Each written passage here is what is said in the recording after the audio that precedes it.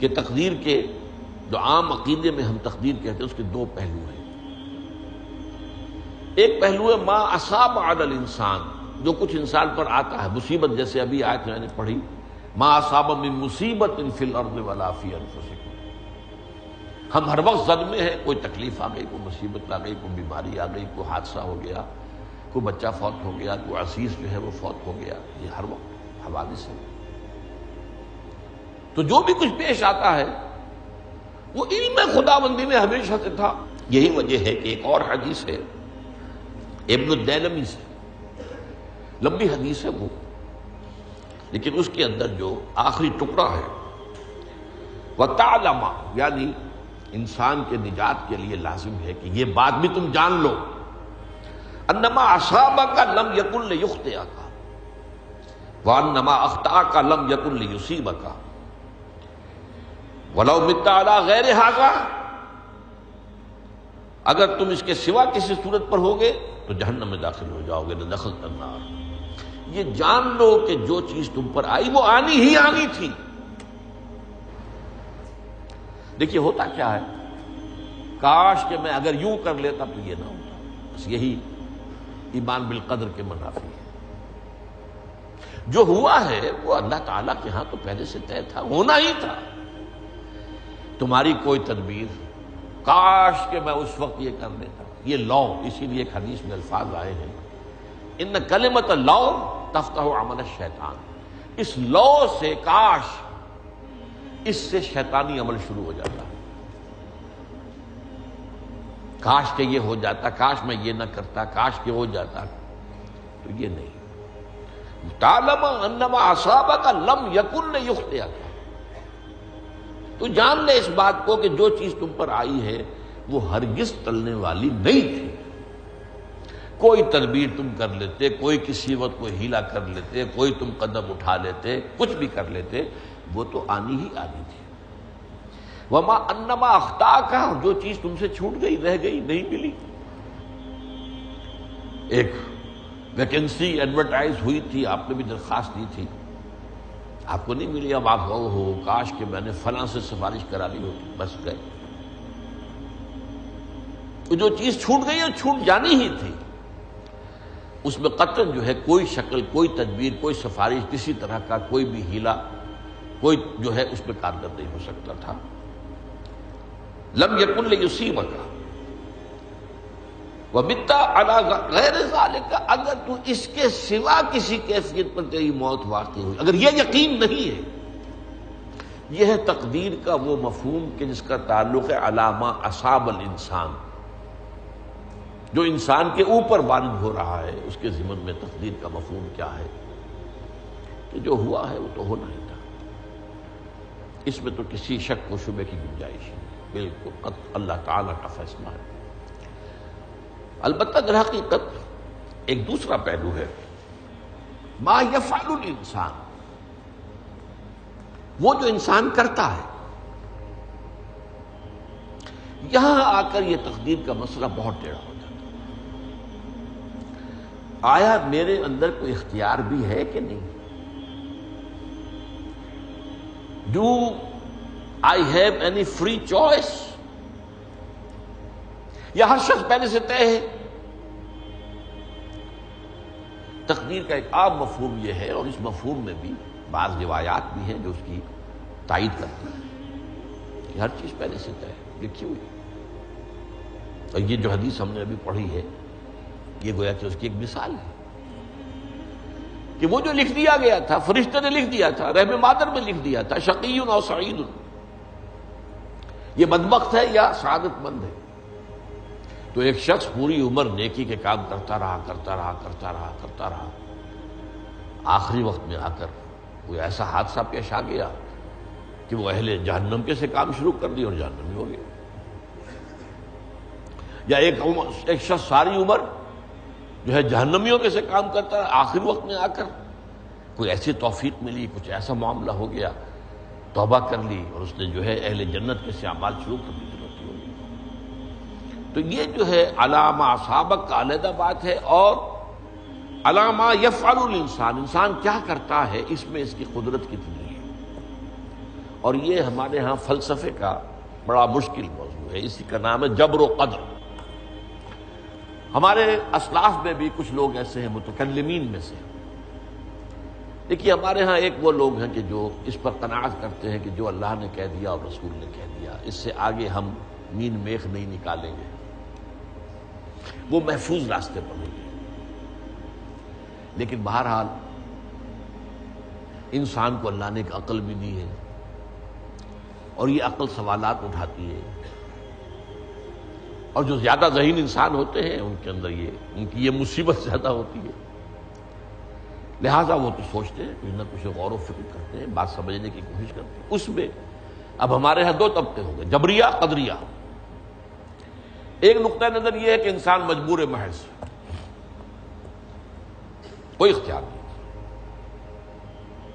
اور ایک یہ ہے کہ انسان قادر مطلق ہے، جو چاہتا ہے اپنے فیصلے میں مختار مطلق ہے، وہ فیصلہ کرتا ہے۔ انہیں قدریہ کہتے ہیں۔ تو جبریہ اور قدریہ ان کی بحثیں ہمارے یہاں، یہ وہی تقدیر کا مسئلہ جو میں نے کہا تھا، بحثوں میں آ کر الجھ جائے، آج تک حل نہیں ہوا، حل ہو سکتا ہی نہیں۔ اب اس کے ضمن میں علامہ اقبال کا ایک شعر آپ کو سناتا ہوں، وہ بہت اچھا لگتا ہے، بہت خوبصورت لگتا ہے شعر ہونے کے اعتبار سے۔ تقدیر کے پابند جمادات و نباتات، مومن صرف اللہ کے احکام کا پابند۔ اس میں انسان سے پابندی کی نفی کر دی گئی ہے، وہ صرف پابند ہے اللہ کے احکام کا۔ نتیجے کے اعتبار سے تو جو یہ شعر کہہ رہا ہے، جو بات وہ صحیح ہے، پابندی اصل جو ہے وہ اللہ کے احکام کی، لیکن یہ کہ تقدیر کی پابندی سے انسان بھی پوری طرح آزاد نہیں ہے۔ یہ سمجھ لینا کہ یہ جمادات و نباتات ہی کا معاملہ، یہ غلط ہے، یہ مبالغہ ہے۔ ظاہر بات ہے کہ شاعر جو ہے، شاعر مبالغے سے بچ نہیں سکتا، چاہے وہ علامہ اقبال ہو، کوئی بھی ہو۔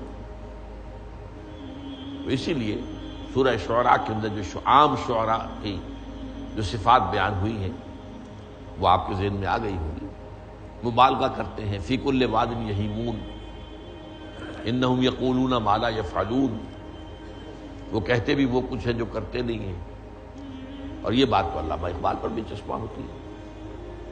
بہرحال یہ شعر ذرا پھر نوٹ کیجئے، تقدیر کے پابند جمادات و نباتات، مومن صرف اللہ کے احکام کا، کوئی بات صحیح نہیں۔ انسان بہت سے اعتبارات سے مجبور ہے۔ سب سے پہلے جو ہے انسان کے اندر ایک تقدیر نوعی ہے، نوع انسان۔ چھوٹی سی چڑیا اڑتی پھرتی ہے، انسان نہیں اڑ سکتا۔ آپ نے ٹھیک ہے مشین ایجاد کر دی، جہاز ایجاد کر لیا، آپ دوڑ رہے ہیں، 500 آدمی اور سینکڑوں من سامان لے کر جو ہے وہ جا رہا ہے، 747 ہو یا 757 ہو، یہ کر لیا ٹھیک ہے، خود نہیں اڑ سکتا۔ اب کیا کریں گے آپ؟ یہ تقدیر نوعی ہے، سپیشیز، ہر سپیشیز کے لیے اللہ نے ایک اندازہ مقرر کر دیا ہے، اس اندازے ہی میں رہے گا، اس سے باہر نہیں جا سکتا۔ پھر ایک تقدیر شخصی ہے۔ اب دیکھیے تقدیر شخصی کیا ہے؟ بعض اوصاف و صفات ہمیں وراثتاً ملتے ہیں، وی ہیو نو چوائس۔ پہلے بھی یہ بات مانی جاتی تھی، آج جو ہے ذرا سائنٹیفک انداز میں ہم کہتے ہیں جینز میں چلا آ رہا ہے، اس جینز کو بدل سکتا ہے۔ جو جینز بھی آپ کو ملے اپنے والدین کی طرف سے، وہ آپ کی شخصیت کا ظاہر بات ہے کہ فیصلہ کن طرز پر اس کو ڈھال دیتے ہیں۔ جینز ہے، پابندی ہے۔ نمبر دو یہ کہ خاص طور پر جو گھر کا ابتدائی ماحول ہوتا ہے، ماں کی گود اور ابتدائی گہوارہ گھر کا، اس کے جو اثرات مرتسم ہو جاتے ہیں شخصیت کے اوپر، وہ بھی بڑے مستقل ہوتے ہیں، پختہ ہوتے ہیں۔ ان دونوں چیزوں کو ضرب دے لیجئے، hereditary factors multiplied by environmental factors, اس سے مل کر ایک شے تیار ہوتی ہے جس کو قرآن کہتا ہے شاکلہ۔ قل کل یعمل علی شاکلتہ فربکم اعلم بمن هو اہدی سبیلا، سورہ بنی اسرائیل۔ شاکلہ کسے کہتے ہیں؟ شاکلہ شکل دینے والی شے۔ آپ کو لوہا ڈھالنا ہے، کوئی خاص پرزہ بنانا ہے، اس کا پہلے سانچہ بناتے ہیں۔ لوہے کو پگھلا کے اس میں ڈالیں گے تو جیسا سانچہ ہوگا ویسا ہی لوہا جو ہے وہ شکل اختیار کرے، اسے شاکلہ کہتے ہیں۔ یہ شاکلہ جو ہے ہر انسان کا، اس سے باہر انسان نہیں جا سکتا۔ اس کے اندر اندر سٹرگل ہوگی، اس کے اندر اندر اس کی جد و جہد ہوگی، لیکن اس کا یہ مطلب نہیں ہے کہ اس کا کوئی فری چوائس ہے۔ فری چوائس ہے، لیکن وہ فری چوائس انہی حدود کے اندر کام کرے گا، اس سے باہر نہیں۔ اس بات کو مختلف احادیث میں حضور نے بہت خوبصورتی سے بیان کیا۔ ایک حدیث بڑی اہم ہے، بڑی اہم ہے۔ الناس کالمعادن، انسانوں کی مثال بھی معدنیات کیسی ہے؟ اب سونے کی معدنیات میں سے سونے کی جو اور ہے، اب پتہ نہیں اردو میں مجھے معلوم نہیں اور کا ترجمہ کیا کرتے ہیں عام طور پر، لیکن جانتے ہیں اور وہ کچی دھات جس سے کو صاف کر دیتے ہیں تو پھر وہ دھات جو ہے خالص شکل میں سامنے آ جاتی ہے۔ سونے کی اور سے سونا بنے گا، چاندی کی اور سے چاندی بنے گی، سونا تو نہیں بن سکتا، جتنا چاہے صاف کر لیں، وہ اور تو مستقل۔ الناس کالمعادن خیارکم فی الجاہلیت خیارکم فی الاسلام، جو تم میں جاہلیت کے دور میں، پری اسلامک دور میں جو بہترین تھے وہی اسلام میں آ کر بہترین ہوئے۔ وہ اور سونے کی تھی وہ صاف ہو گئی ہے، اور سونا جو ہے وہ نکھر کر خالص سونا بن کر آ گیا ہے، اسلام نے صاف کر دیا۔ وہ چاندی کی اور تھی، اسلام نے اس کو صاف کر دیا ہے، وہ نکھر کر چمکتا ہوا جو ہے وہ چاندی بن گئی۔ لیکن یہ کہ اذا فقہوا، البتہ پھر اس میں ایک اضافہ کیا حضور نے، جبکہ ان کے اندر دین کا فہم داخل ہو جائے، تو یہ کہ جو بہترین پہلے تھے وہی بہترین اب ہوں گے۔ اسلام لانے سے پہلے بھی بہترین ابو بکر تھے، اسلام لانے کے بعد بھی بہترین ابو بکر۔ حضور پر وحی سے پہلے بھی بہترین خاتون خدیجۃ الکبریٰ تھی، ایمان لانے کے بعد بھی بہترین خاتون خدیجۃ الکبریٰ۔ اور دوسری حدیث سنیے، عن ابی الدرداء رضی اللہ تعالی عنہ قال بینما نحن عند رسول اللہ صلی اللہ علیہ وسلم، اسی حال میں کہ ہم ایک روز